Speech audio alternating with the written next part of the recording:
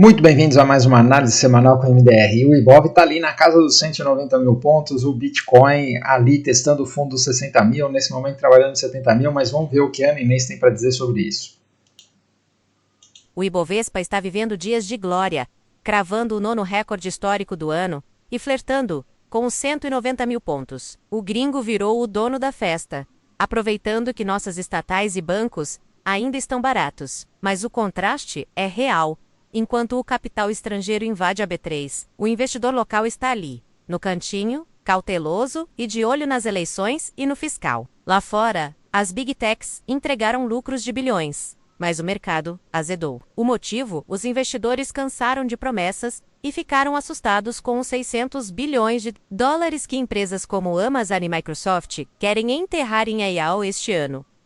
O resultado? A Nasdaq sangrou e o setor de software perdeu $1 trilhão em valor de mercado em uma semana. Como esse caos, o índice do medo explodiu acima dos 20 pontos. É o sinal de alerta, ligado. Volatilidade alta e fuga global do risco. E aqui no Brasil, o efeito Brasília voltou a fazer preço. As novas pesquisas eleitorais, estreitando a disputa entre Lula e Flávio, já estão travando os juros longos. A única boa notícia? O dólar renovou mínimas de 2 anos, acompanhando o recuo das treasuries americanas após uma inflação mais leve por lá. Mas nem isso salvou o Bitcoin, que bateu 60 mil dólares e entrou no Vale do Medo. Agora o MDR vai explicar esses movimentos. Então é isso aí, turma. Sem perder tempo, vamos para os gráficos, que é o que interessa. Começando aqui pelo mapa de calor do mundo, veja que, como eu disse, está ok, né? Mesmo aqui, ó, o EWZ continua verdinho, né? Europa, tal, até a Ásia, né? O negócio está realmente concentrado ali na Nasdaq, né? E é o que a gente vê aqui nesse mapa do S&P 500, né? A economia real aqui, tudo ok, né? Os bancos deram uma sofrida essa semana, mas os principais ativos aqui com problema, ó, Apple caindo 8%, Amazon 5%, Google 5%, Meta 3%, Nvidia foi pouco, né? E a Microsoft também, mas a Microsoft já está lá embaixo, né? Então, é isso daqui que está preocupando um pouco o mercado. E aí quando a gente vê o VIX fechando aqui acima dos 20, né, querendo espetar aqui para cima, voltar para os 30, né, talvez até romper, aí sim a gente fica preocupado com movimentos mais intensos. Por isso que eu estou falando que neste momento, apesar da tendência ainda ser de alta, é um momento onde você ficar um pouquinho mais leve, tá? Dar uma apertada nos stops, fazer parcial e não deixar o negócio voltar contra você, que o mês de janeiro foi muito bom e não tem por que entregar o dinheiro de volta, né?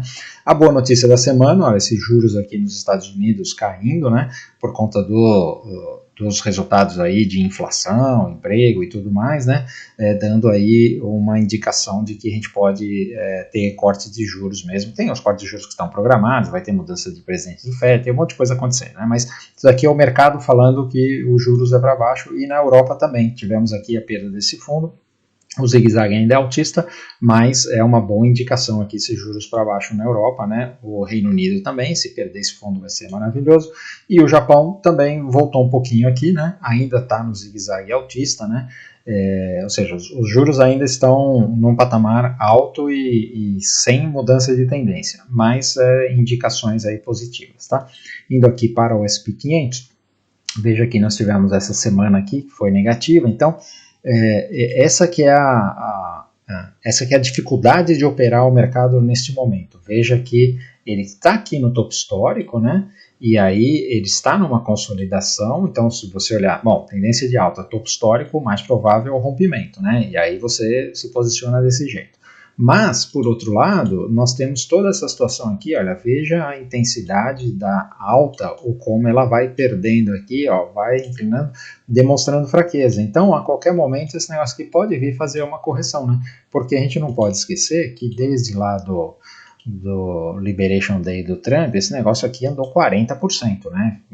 Em menos de um ano, né? Isso aí foi em abril do ano passado, nós estamos aqui em fevereiro, é muita coisa, 40%. Então seria natural uma correção, ele até voltar a testar esse topo aqui. É isso que nos preocupa, né? E quando a gente olha a Nasdaq principalmente, olha, que está consolidada aqui, e ela teve mais essa semana de baixa, Enquanto ela não perde fundo, ok, não dá para você operar vendido, né? Mas faria sentido ela voltar a testar aqui os 22 mil, né?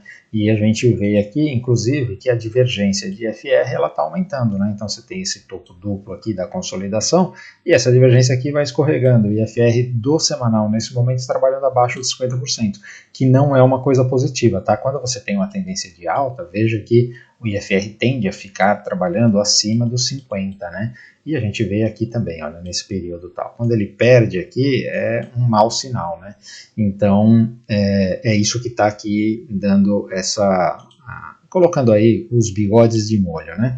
O Russell aliás, o Dow Jones, essa semana aqui, ele teve uma semana de baixa, mas veja que ele está fazendo esse zigue-zague aqui, né? Ele sobe, depois ele corrige um pouquinho, sobe, depois corrige um pouquinho. Então, assim, as consumer staples, a galera aqui do Dow Jones, ela continua bem, tá? A mesma coisa o Russell 2000, veja aqui que não está sentindo muito aqui, está com cara, inclusive, que vai romper, né? Indo para a Europa, nós temos o Eurostock 50, está no topo histórico aqui, enquanto estiver acima desse fundo, não tem nada para se preocupar.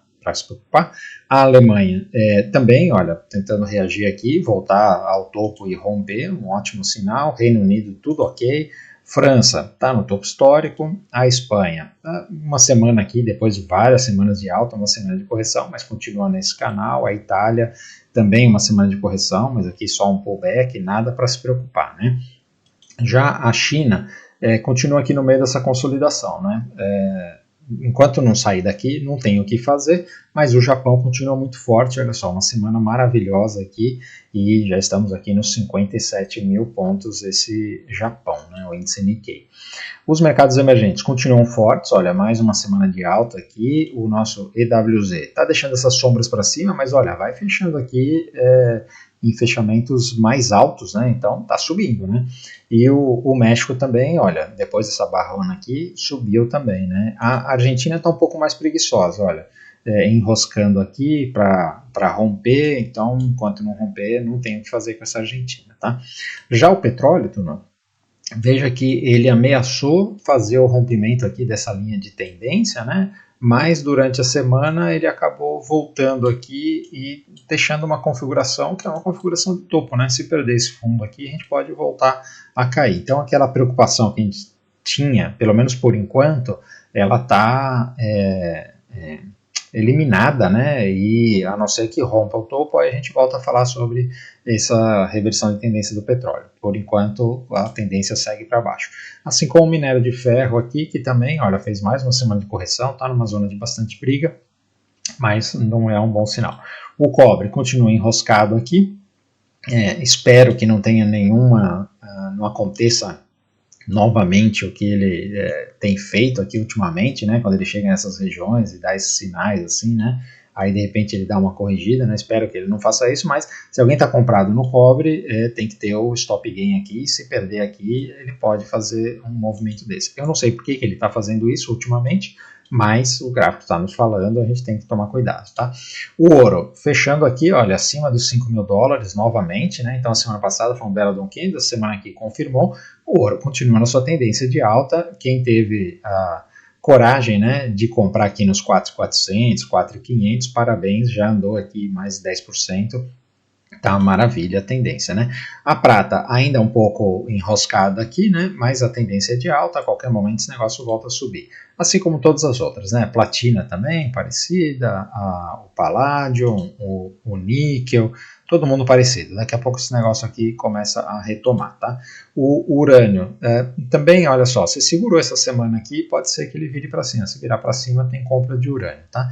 Indo para as moedas, nós temos o DXY, que teve uma semana de baixa, acompanhando os juros caindo, né? Então, esse DXY está nessa tendência de baixa, faz todo sentido ele continuar caindo, né? Estou vendido nesse cara aqui.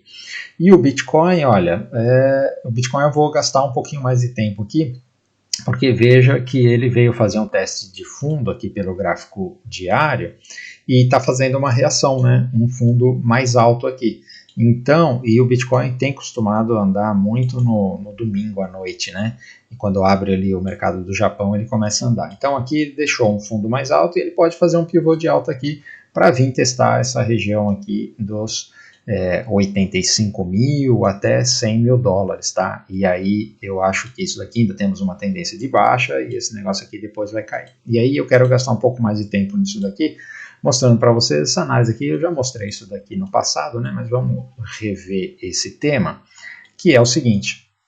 Nós temos aqui a história do Bitcoin, né? Ela é muito entrelaçada aqui com os halvings, né? Então eu marquei aqui essas linhas amarelas, são os halvings, né? Aqui o primeiro halving foi em 2012, não aparece aqui porque a gente tem cotação a partir de 2015.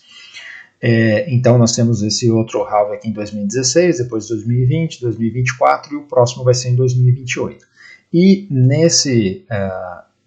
nesses ciclos, né, do Bitcoin, você tem aqui, olha, o halving é mais ou menos o meio da alta, né, então ele faz uma perna de alta aqui, aí depois de 3 anos ele fica um ano aqui corrigindo, né, aí ele marca fundo, aí ele volta a subir de novo, aí o halving normalmente ele vem passar aqui por esse topo. Nós tivemos aqui nesse ano de 2020 uma coisa atrapalhando, que foi o Covid, né? Então, natural, ele estava indo aqui na sequência para vir aqui, aí o Covid voltou, então o halving aconteceu aqui um pouquinho mais embaixo o preço, de qualquer jeito ele veio aqui para testar, para renovar um topo aqui. Então, 3 anos de ciclo aqui, depois 1 ano de ciclo de correção, aí 3 anos de ciclo, veja aqui que o halving volta aqui para testar o topo, né? E aí subiu um pouquinho mais aqui nesse ciclo aqui de 2025, né? Mais marcou topo, e agora nós estamos aqui nesse 1 ano aqui de correção. E depois a gente vai vir aqui para um novo ciclo de alta, né? Então, se isso daqui continuar acontecendo do jeito que sempre aconteceu, o que nós temos? Nós ainda podemos ter aqui mais correção. Esse negócio pode vir até os 30 mil. Eu tendo a achar que isso daqui é uma correção muito grande, né? Eu acho que ele deve ficar aqui entre a região dos 50 mil, ficar enrolando aqui bastante tempo antes de começar a subir, né? E aqui, lá para o halving março, abril de 2028, né? Esse negócio deve voltar aqui para casa dos 150 não, né? 120 mil dólares, que é onde ele estava, né? E aí depois essa projeção aqui, se a gente pegar, veja que tem aqui esse canal aqui, né? Que ele é um canal de alta, e aqui nós temos, então assim, se o canal continuasse por aqui, a gente estava falando do Bitcoin chegar a mais de $1 milhão, né? Mas ele no último ciclo, né, ele já começou aqui a fraquejar um pouco mais esses topos, né? Porque ele está começando a ficar grande, né, institucionalizado e tal. Então, assim, se essa projeção aqui, vamos supor que ele vem aqui, fica por aqui entre os 150, e aí depois ele vai indo aqui, obviamente isso daqui vai com muita volatilidade, né? Mas que ele chegue aqui, nós estamos falando de alguma coisa entre 200 e 250 mil dólares. Então, se tiver a oportunidade de comprar aqui nessa região, né, e tiver paciência, e também tiver estômago para se cair aqui, você fazer um preço médio, comprar mais, ou então estopar e depois entrar de novo aqui, tem que ter uma estratégia, né? De qualquer jeito, se você sair aqui de 50 mil, esse final de ciclo aqui, que nós estamos falando 2030, você vai sair de 50 mil para ir para uns 250 mil, né? Multiplicar por 5 seu capital aí em 4 anos, né?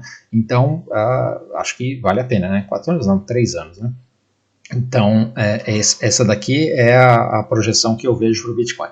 Neste momento aqui, o que a gente tem que ficar esperto é com o movimento do preço do gráfico, né? Então, assim, tudo isso aqui que eu falei é em termos de posicionamento de longo prazo, né? Para quem está querendo comprar Bitcoin realmente para aposentadoria, né? Para trade, eu acho que esse negócio aqui tem um potencial de vir aqui testar essa região, e aí depois dessa região ele fazer mais uma correção, aí não sei se testar aqui ou perder fundo e tal, e é assim que eu vou operar. Então, esse gráfico aqui, neste momento, ele marcou um fundo mais alto, eu estou operando aqui comprado no Bitcoin aqui no fim de semana, com a expectativa de que ele rompa aqui hoje à noite, amanhã, alguma coisa assim, tá bom? Olhando aqui o Ethereum, é uma coisa parecida também, né? Ele acaba seguindo o ciclo do Bitcoin, né? E ele está aqui nessa região de fundo, é uma região de acumulação aqui. Pode vir aqui até os 1.400? Pode, mas tá com um cara que vai segurar aqui nessa região de 2.000 e ele pode voltar a subir também, tá? Então é isso sobre as criptomoedas. Vamos olhar aqui agora as magníficas que estão aqui meio ramelando, né? Então a gente vê a Apple, olha só, uma bela de uma engolfada aqui, falhou aqui na renovação do topo, né? Não sei se vai perder fundo ou não, se vai enroscar, mas não foi legal esse movimento, né? A Microsoft, olha, ela está numa região aqui de muita importância em termos de suporte, né? Porque nós temos aqui essa linha de tendência que vem de lá do Covid, né? E que até então segurou o preço já por essa primeira vez aqui, a segunda, a terceira e a quarta, e agora está na quinta vez. Então, assim, é uma linha de suporte bem importante. Além disso, nós temos todos esses fundos aqui. Ela deve reagir. Se por um acaso não reagir, esse negócio vai vir aqui nessa região dos 350 dólares, né? Então, esses são os suportes aqui de Microsoft. Enquanto não tiver reação, não tem o que fazer. Se tiver reação, a gente vai olhar uma potencial compra, tá? Mas não tá legal, não. Aí nós temos a Amazon, que fez aqui o gap, né, do balanço, né, e fechou um candle feio aqui, né? Então, se alguém comprou aqui nesse balanço, tem que estopar aqui embaixo, né? Perdendo o fundo aqui, tem que estopar, porque esse negócio pode voltar aqui também. Foi um movimento feio, né? Tudo ligado àquele negócio do investimento em capex e tudo mais, né?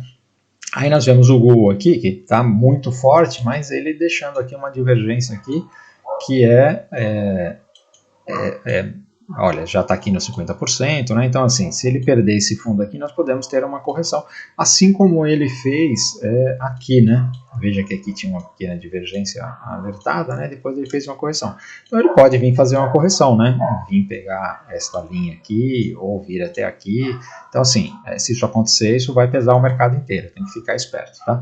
Aí nós temos a Meta, que estava com tudo indicando aqui que ia só fechar o gap e ir embora, mas olha, perdeu aqui, né? E agora está com cara que vai vir testar esse fundo, também não está legal.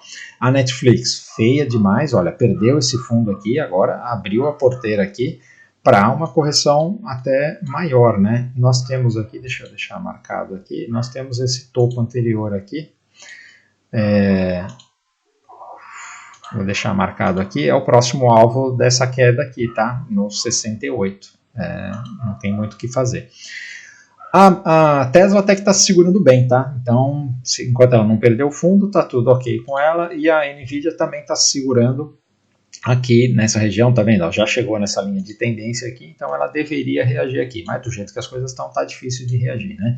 Então é isso do mercado internacional. Agora vamos olhar aqui o mercado brasileiro, começando aqui pelos DIs. Então a gente vê que, olha, aos poucos ele está indo, né? E esses DIs aqui estamos projetando aqui para os 12 ou 11,50, né? Deve continuar caindo. O nosso Ibov, ó, mais uma semana aqui, fechou aqui nos 186 mil, mas chegou a tocar os 190 mil, né? Então deixando sombrinho para cima. Em algum momento esse negócio vai corrigir, mas enquanto ele não corrigir, está para cima, né? Então tem que operar comprado, né? E aí o índice, vamos olhar aqui no gráfico diário, veja que ele está indo aos poucos. Como é que a gente está operando isso daqui? Já falei aí para quem acompanha os vídeos semanais, né? Como esse negócio está em tendência de alta aqui, toda oportunidade de fundo a gente está comprando aqui, né? Então, olha, faz fundo, faz rompimento, a gente compra tal, e aqui fez um fundo, né? Então deu uma comprinha na sexta-feira, né? Aí, se por um acaso ele fizer um topo mais baixo e voltar para cá, ok, a gente pode até operar vendido, mas por enquanto estão operando só comprado aqui nesse índice, tá?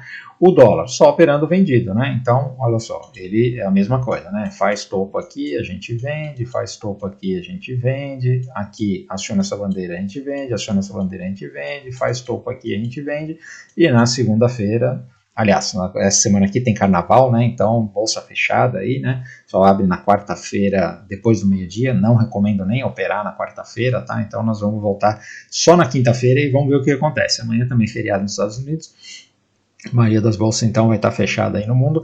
E a partir de terça começa a andar. E aí vamos ver o que acontece no mercado internacional para depois ver o Brasil, né? Então, voltando agora aqui para o semanal, esse dólar aqui está em tendência de baixa e tem tudo para vir testar aqui o 5 bola, né? Olhando os small caps, 3 semanas já na mesma região, precisa esperar sair daqui, né? Vamos olhar aqui os setores. Então, começando pelo financeiro, continua forte, né? Enquanto não virar para baixo, tá tudo ok, só compra.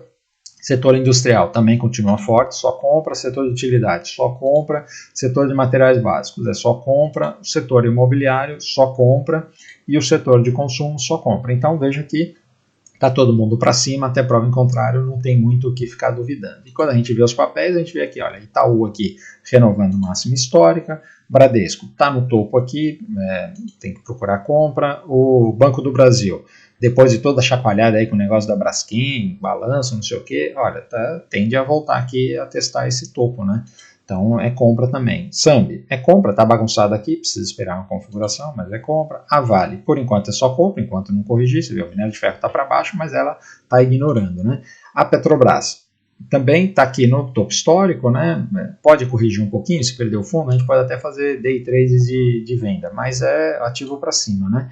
A B3 indo bonita aqui, voltando a testar topo, né? Olha só, o topo histórico está aqui, né? Eu vou até marcar aqui esse topo que é o destino dela, né? Então só tem compra. A BPAC, que é o BTG, né? Ainda está enroscado aqui, pode corrigir um pouquinho, mas é só compra. A VEG é só compra, já está no topo, muito próximo do topo histórico também, né? E a Magalu ainda não conseguiu se livrar aqui dos 12, né? Mas a hora que se livrar, a gente vai estar pronto para pegar ela, né? Olhando aqui as commodities, meio enroscadas, né? O milho tinha feito o pivô de baixo aqui, agora reagiu essa semana. O boi também reagindo aqui, mas agora ele tem bastante resistência nesse caminho aqui. A soja voltando a testar o topo da consolidação, vamos ver o que ela faz aqui. E o café virado para baixo, né? Se perder fundo aqui, esse café tem venda para vir testar esse fundo aqui, tá bom? Então, turma, era isso aí que eu queria falar, espero ter ajudado. Esqueci de falar para vocês, né? Para curtir o vídeo, para se inscrever nos canais aí, no YouTube /Fernando Modé, no Instagram @MFModé e no X @M de Roberto, onde eu posto os meus trades do mercado internacional e muitas teses ali. Se quiser operar com a gente no MetaX, tem link na descrição do YouTube, ou pode mandar DM para a gente aí, a gente fala como é que é o link para participar da sala ao vivo. Valeu, um abraço.